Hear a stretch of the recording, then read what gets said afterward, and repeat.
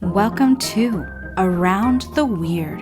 Here's your host, the museum curator of the strange and unusual, Mr. Nothing. Thank you, mysterious voice, and welcome back to Around the Weird, a booktube channel where I talk about all the unusual and out of the ordinary literature that I found in my travels.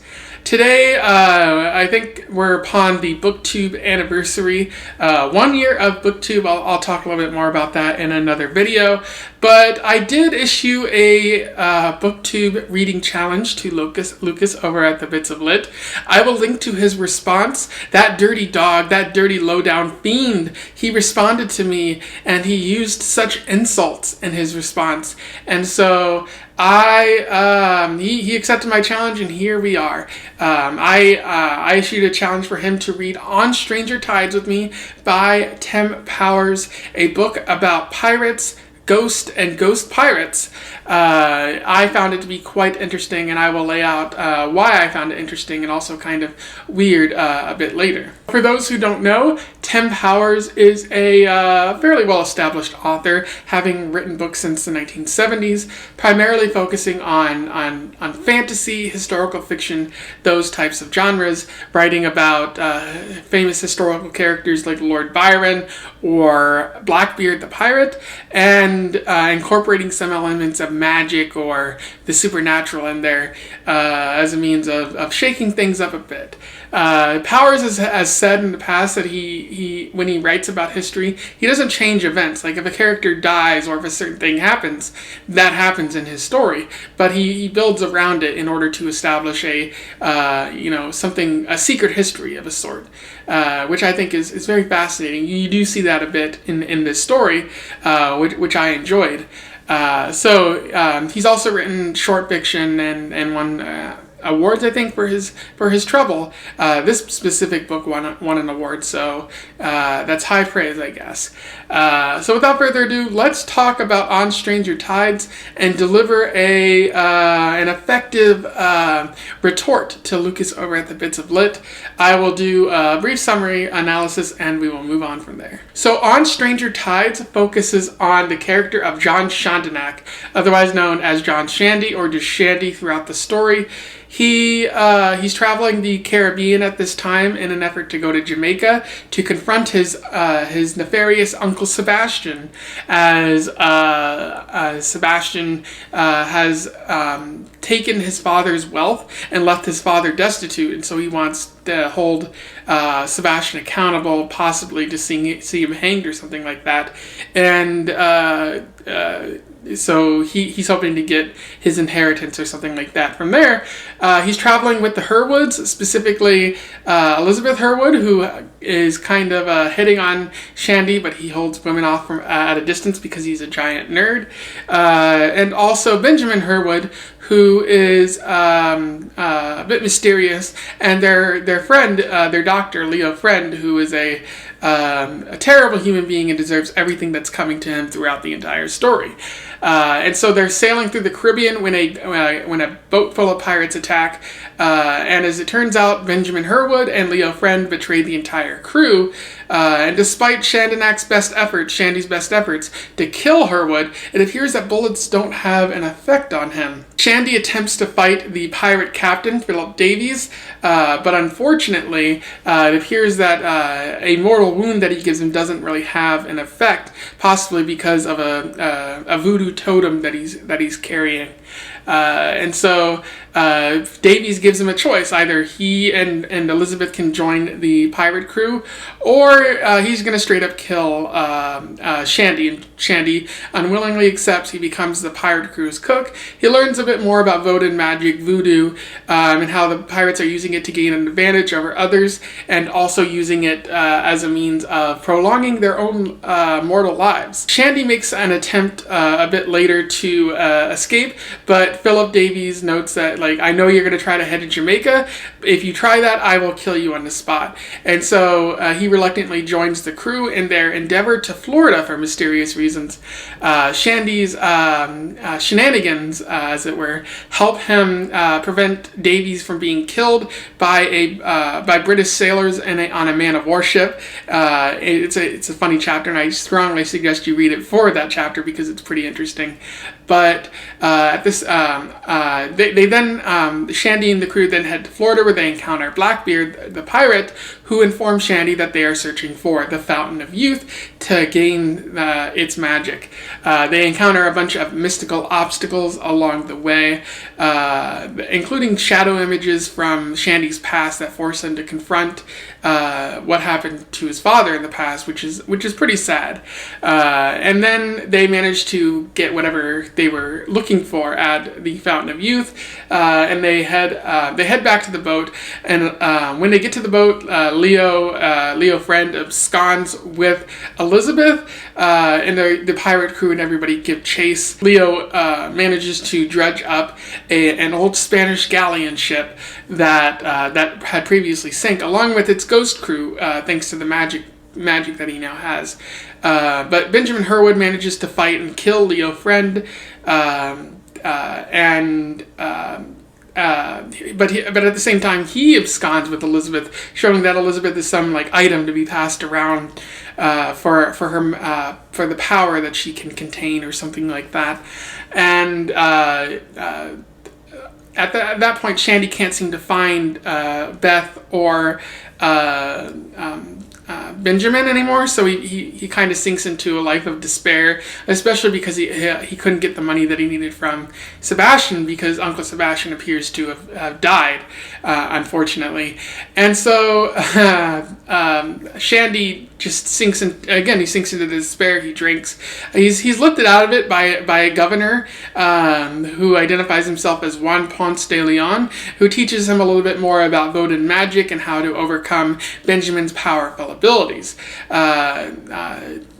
Shandy then tracks down Benjamin, and he fights him off, manages to successfully win the battle, and then he tracks down Elizabeth and Uncle Sebastian to a Kingston estate, and fights off some British soldiers who are like, "Hey, we want to question you about things," and he manages to get Elizabeth and try to escape. But alas, as it appears, Blackbeard, who had previously died at the hands of British soldiers at the earlier in the book, it turns out he is still alive thanks to the power of the Fountain of Youth. But at that point, something really stupid happens, and Beth and Shandy get married, and so that gives Shandy some more power, and he's able to effectively defeat Blackbeard, and then he and Beth live happily ever after. That concludes the story. In terms of analysis, there is a bit to talk about with this story, a lot good and some bad. I really like how Powers blends history with superstition and folklore. This entire story is heavy with elements of the supernatural and the superstition that help to set the atmosphere for this story. You get a lot of talk about voodoo and Vodun magic that was sort of native to the Caribbean at the time. You get a whole bunch of people attempting to use voodoo to gain an upper hand over someone else, whether it be making their enemies bleed while they're in the middle of battle, using the mate care for, as they call it, to prolong their own life, and even seeking out other voodoo magics in an effort to defeat their enemies or something like that. You get a little bit of an understanding. I don't think that Powers is exactly right on what voodoo is used for, but I don't have enough information about that to really dispute what he's saying here. And it doesn't really seem offensive. More so, the pirates are just appropriating something from the culture, which they were already doing. Pirates are the greatest appropriators out there, and using it to enrich their own lives. You also see a lot of talk about the Fountain of Youth. I do wish that Powers had gone into more detail about that and what it meant and it's the power that it held, but it really just seems like a plot device in this story for the characters to go there and then move on with the story.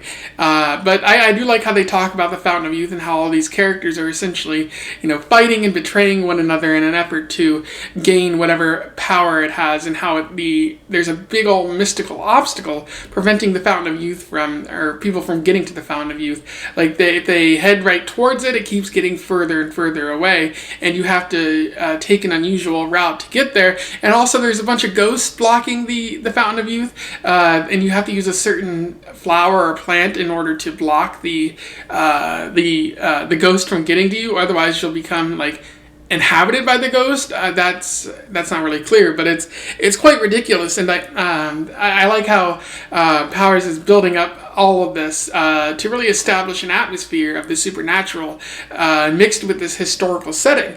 And so what you get is this idea of the Caribbean as a real place, but also as a mystical place where lying beneath the surface there's anything like sorcery, there's magic, there's voodoo, there's the Fountain of Youth. What else does this mysterious place hold? And so you want to learn more. It's a beautiful atmosphere, and I got to give Powers credit for that. Another thing about the story that I like is the characterization. There's some pretty good characterization going on here. You have John Shondanak, Shandy, who is a giant nerd, and I don't think Powers does a good job with him, which is a problem because he's the protagonist. My issue is that he comes off as a giant nerd, a goofball, easily sort of misled, and kind of a doofus. But I do like how he feels real, because like after everything just goes sour for him, he sinks into drinking, and he doesn't really have the energy to care about anything, and so he just kind of waste away until someone sets him on the right path. But one thing that I really like about Shandy is how he changes over the course of the book, because he seems very noble at the beginning of the book, very in league with law, and then the line of good and bad sort of blurs for him, and he just decides, oh, I guess I'm a pirate now. I killed the captain of the man of war, so now I gotta engage in this piracy. Shandy has no intention of becoming a pirate, but as things progress further along, he has to keep making decisions that ally him with the pirates. And so I do like how his character changes over time, and he's not simply beholden to one specific personality throughout the entire story. This entire story is changing him, maybe not entirely for the better. I really also like the characterization of Blackbeard. He feels like a legendary character, a larger than life character that Leo Friend does a great job of. We already know the myth of Blackbeard, but here he's writing it down, and he's not making Blackbeard out to be just another Joe Schmo. Blackbeard is a super powerful sorcerer type who is doing everything in his power to prolong his life, and what's he gonna do to obtain that power? He's engaging in some shady actions. There's a good quote that I would like to read to you. Blackbeard strode up the sand slope toward the fires and paused for a moment where it leveled out, a big, jagged silhouette against the purple sky. His three-cornered hat seemed too tapering and long at the corners, and with points of red light bobbing around his head, he looked to Shandy like some three-horned demon newly climbed up from hell. Then he approached the fires, and luminous red dots around his head were revealed to be lit ends of match cords woven into his shaggy mane and beard. He was a tall man, taller than Davies, and as solidly massive as a wind-etched rock outcrop. And it's just wow, that's an amazing description of this character. He seems dangerous, he seems scary, he seems like someone you want to learn a little bit more about and continue reading. And I do think that the characterization of Blackbeard is top notch. Something that I don't really find in a lot of stories. They make characters out to be, regular people at times. Even when you want to make a character seem legendary, Tim Powers seems alone in that regard, and so I do have to congratulate him. And I also like how he characterizes Tim Friend. Tim Friend is a lecherous, creepy man who wants to subdue Elizabeth in order to force him to marry her so that he can gain the power he never had. And this is all based on some weird events that took place in his youth that suggest that he tried to have sex with his mom. And Tim Powers makes no excuses for Leo Friend. Leo is a gross person who deserves death, and he's kind of like in one of those incels you hear about who believe that he's entitled to a woman, and it's really gross. And I'm glad that Tim Powers was able to create a terrible, gross feeling character like that, one that you might find sailing the high seas, who turned to piracy because he knew that it would give him an advantage over women. You also get that feeling with Herwood, specifically the evil part.